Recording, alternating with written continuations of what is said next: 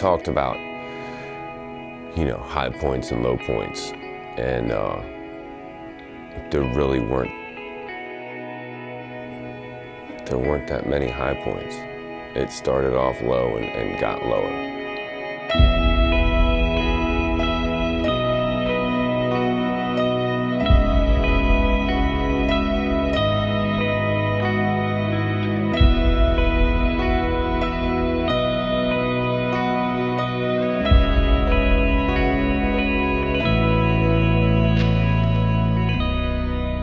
My name's Ted Merrill.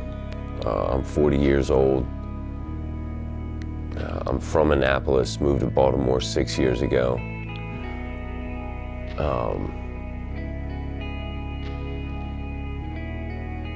I'm an alcoholic. And I've been sober for 6.5 months.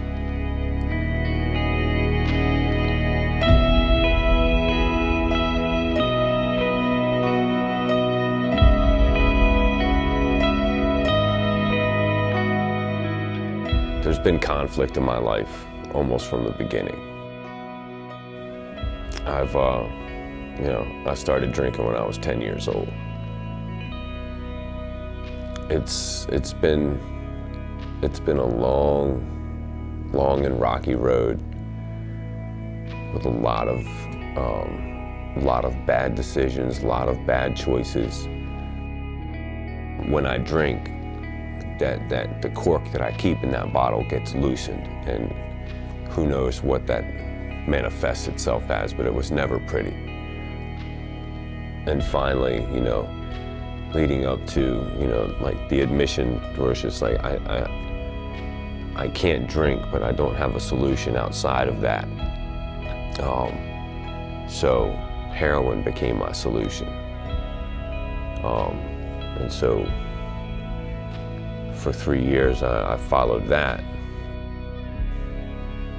until it just left me in just the absolute darkest place I've ever been.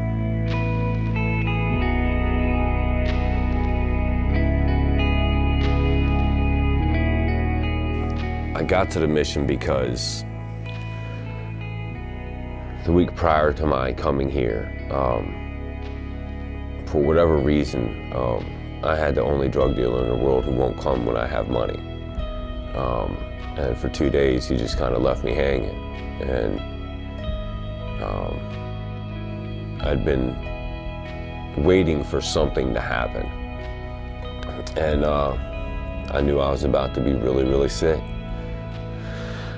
But at that point, I said, okay, this is what I've been looking for. He doesn't want to come. I don't want his crap anyway. And so I kicked cold turkey for like 6 or 7 days, violently ill, the worst feeling I've ever had in my life. And then I went to a meeting and I said, I have absolutely no idea what to do. Someone please help me, is what it came down to. And they directed me to some guys who were from here. I talked to them, they said come, and I came. No looking back.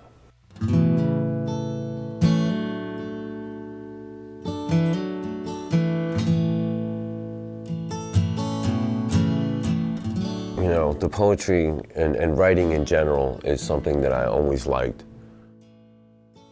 I used to do a lot of it in high school. But then, drugs and alcohol, and instead of being just a recreational thing, just became a way of life. And coming back here to the mission, I picked up the poetry right away because I can see my thoughts, whereas opposed to just letting them wander around in my head aimlessly. They get down on paper and I can look at them and I can analyze whether or not they're true. In the beginning, when I first got to the mission, those weren't true feelings. They were just momentary. It's been just a phenomenal process for me, rediscovering, one, anything I'm passionate about, because I had no inspiration. I used to look at pieces of paper and just try and will myself to write anything, something, and I couldn't. I would just stare at a blank piece of paper and just say, you know what, forget it. And you know, now that's not the case. You know, now that, you know, I'm open and willing again to do the work, it's coming really easy. I've ceased to struggle, and therefore the work just becomes, you know, as easy as breathing. I don't have to really think about it. I know what it is that I'm supposed to do, and I believe I have an idea of what I think God wants me to do. And my will and His will line up very easily. And being at the mission has made it that much more easier. Without God, you know, my power is insufficient to do what it is I need to do.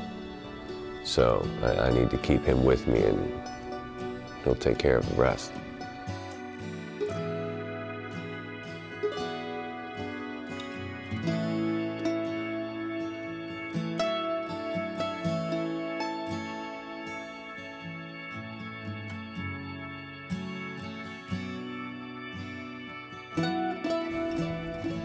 This poem's called Made the End Begin, and in Alcoholics Anonymous they say we share our experience, strength, and hope. And this is mine. Step into these pages, friend, and see what you might find. Peek into the crevices of a dark and twisted mind. Beware what you discover, judge it not lest you mistake all the actions and decisions that cause this mind to break. We come upon a child that doesn't know what's wrong, has no clue of his affliction that he will suffer for so long. He lashes out in panic, burns his fears inside a fire, yet the tension keeps on building from the unknowable desire that cries aloud inside him, someone help me, I am lost. No one else can hear it, nor know what it will cost. For 14 years he'll muddle, going through life without a plan. Then the time will come when finally he is asked to be a man. And now the worst decision he will ever have to face. For so long it will separate him from the human race. A decision made from fear, yet the only one that's right, will damage him so deeply it will haunt him every night.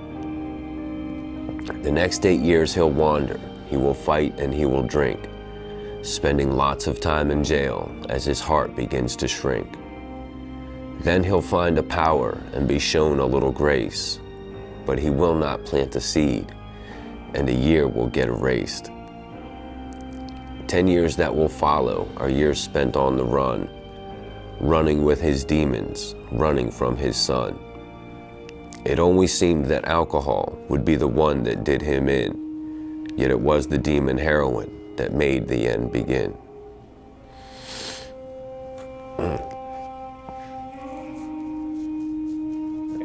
Yeah. I read that one to my mom, and my mom's very rarely at a loss for words. And you know, living with me as she did, you know, through all that, I think the best compliment I ever got was she's like, you know, Teddy, that was exhausting. I'm gonna go take a nap now.